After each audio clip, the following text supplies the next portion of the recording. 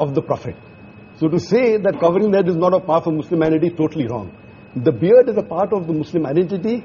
Wearing the cap, or at least covering the head, whether with a scarf or with a gatra like the Arabs do. But sir, what about what Shahrukh said? And I know a lot of my friends say this, that and all of us, no matter what faith we come in, we interpret our faith differently. We take away some things, we don't do some things. Does that make us any less of Hindus, Muslims, Christians? No, as I said, that Muslim is a person who submits will to God.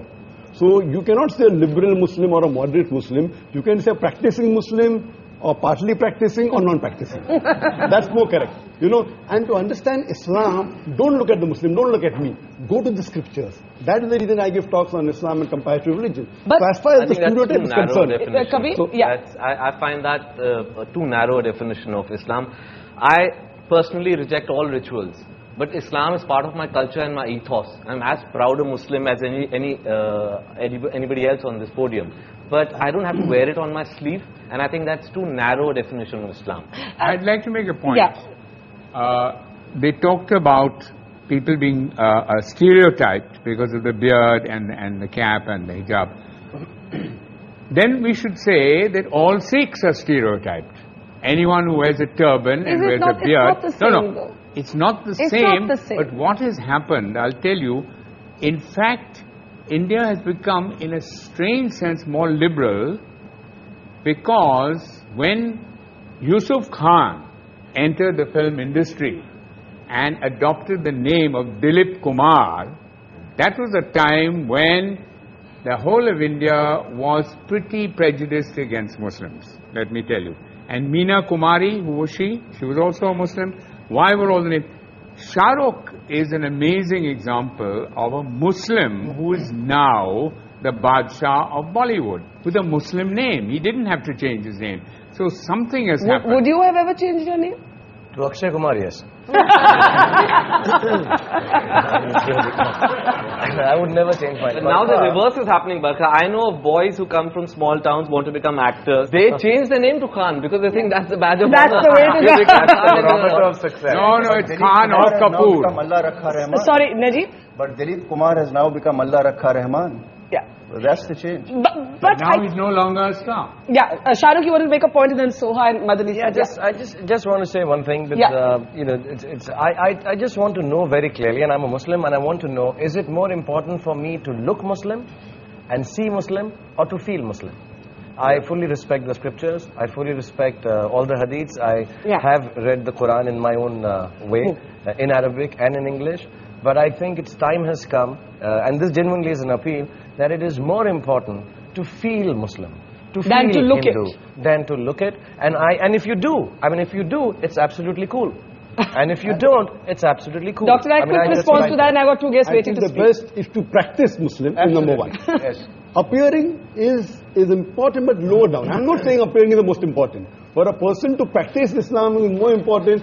Beard comes lower down. Beard is not in the 70 major sins, that it's not there. But you know, what about what Kabir is saying? And there was a story of a young boy whom I interviewed, who studies in a convent school in Madhya Pradesh. And he's a poor boy. And the school rules wouldn't allow him to wear a beard. He went all the way to the Supreme Court to say, I must be allowed to keep my beard. Otherwise, I prefer not to study.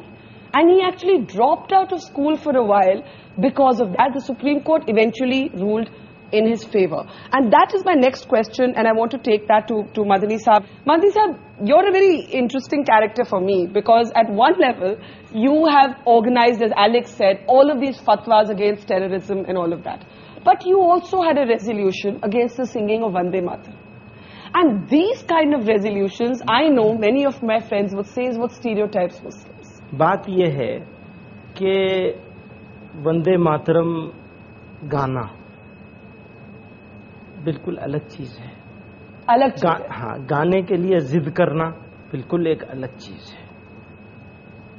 कोई ज़बरदस्ती गवाना चाहे और नहीं गाएं, या हम ये कहें हम नहीं गाते, तो फिर हम स्टीरियोटाइप हो जाएंगे। टेररिज्म की मुखालिफत करेंगे तो बहुत अच्छे हो जाएंगे। ये जो डबल मामला चलता है, ये ठीक नहीं। अभी मेरे दाढ़ी नहीं हो और कुर्ता पैजामा नहीं हो ये भी जो पगड़ी से तो लोग बहुत डरते हैं ना, कहते हैं ये तो, एक बच्चा एयरपोर्ट पे कहता है मदनी साहब, नहीं मदनी साहब, मामा मामा देखो बिन लादेन जा रहा है ना।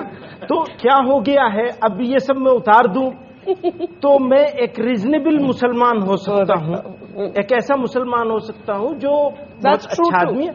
और अगर मैंने ये पहन लिया तो ख्यालात मेरे कितने अच्छे हों, ख्यालात, नजरियात, आइडियोलॉजी, ये है बेसिक चीज, या बेसिक चीज हमारी दिखने वाली चीज है। That's the reverse stereotype, that the moment you see the beard and the skull cap, it's got to be a fundamentalist. Question, I want to get Soha in. She's been listening very patiently all this while.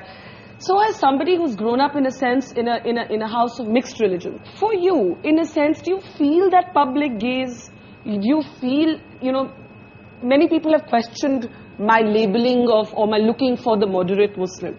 Yet there are others who say that we don't hear enough moderate voices. We either hear the religious voices or we hear the non-believing. Because I don't think anybody is really interested in what the moderate Muslim has to say, because it's not very interesting. It's sort of boring. We're represented by extremists who have violent opinions, perhaps. I'm talking about vandals. And I think maybe also more recently, I was asking my mother when I was asked to come on this show.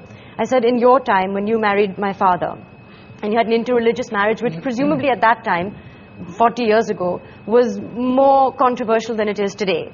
Were you ever asked to defend your identity, to defend your choice of religion, what it means to be Hindu or Muslim, the way that we are today?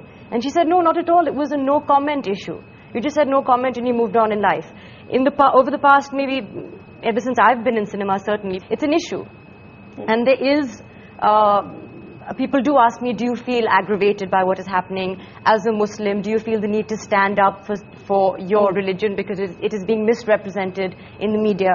And I think for me, religion is a very private matter. It's between my maker and me. And it's not something that I would want to discuss in any public forum, even this one. We should be talking about an Indian identity as opposed to a Muslim identity, I think. Okay, I'm going to take that as my cue to take a break. But is it, as I said to Alec earlier, is it that simple? Is there also a sort of denial within the community? Is the secular debate caught up in a certain amount of dishonesty? And there's also the reverse stereotype. We'll take a quick break and then we'll take the questions that I'm sure a lot of people have here that's coming up after.